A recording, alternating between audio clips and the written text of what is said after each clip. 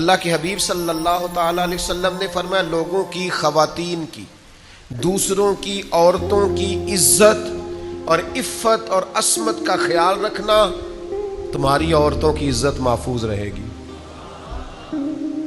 چاہتے ہو کہ بہو بیٹیاں گھر میں محفوظ رہیں تو ان کے لیے بہت زیادہ پردے لگانے سے عزتیں محفوظ نہیں ہوں گی، اونچے گھر بنا دینے سے، ممٹیوں کو تالے لگا دینے سے عزتیں محفوظ نہیں ہوں گی۔ فرمایا دوسروں کی عورتوں کی عزتوں کی حفاظت کرو، اللہ تمہاری عورتوں کی عزتوں کو محفوظ فرما دے گا۔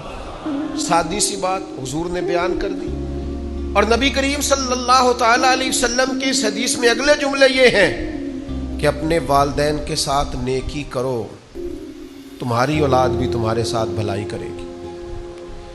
نہ لوگوں کو بتاؤ کہ میں بڑا فرما بردار تھا والد صاحب کا اور والدہ کا، اپنے آپ سے پوچھ لو، اکیلے بیٹھ کے دیکھ لو کہ وہ راضی گئے ہیں۔ ہمارے استاد صاحب ایک جملہ کہا کرتے تھے، کہتے تھے جائیدادیں تو زیادہ نہیں بنا سکا، کوئی عہدہ تو نہیں لے سکا، پر میں وہ خوش نصیب ہوں جس کی ماں بھی راضی گئی، باپ بھی راضی گیا، استاد بھی راضی گئے، پیر بھی راضی گئے، آخر میں فرماتے تھے امید ہے اللہ رسول بھی راضی ہوں گے، راضی ہوں گے وہ بھی۔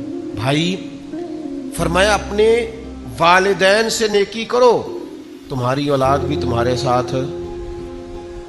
اب یہ جو آخری جملہ ہے نا حدیث کا، میرا بڑا ہی دل کرتا ہے کہ آپ سارے توجہ سے سنیں، میرا دل کرتا ہے آپ اس کو زیادہ خوبصورتی سے سنیں۔ پہلا حضور نے فرمایا اس حدیث میں جملہ کریم فرمانے لگے، اگر تم چاہتے ہو کہ تمہارے گھر میں عورتوں کی عزت، عفت، عصمت محفوظ رہے تو دوسروں کی عورتوں کی عزتوں کی حفاظت کرو۔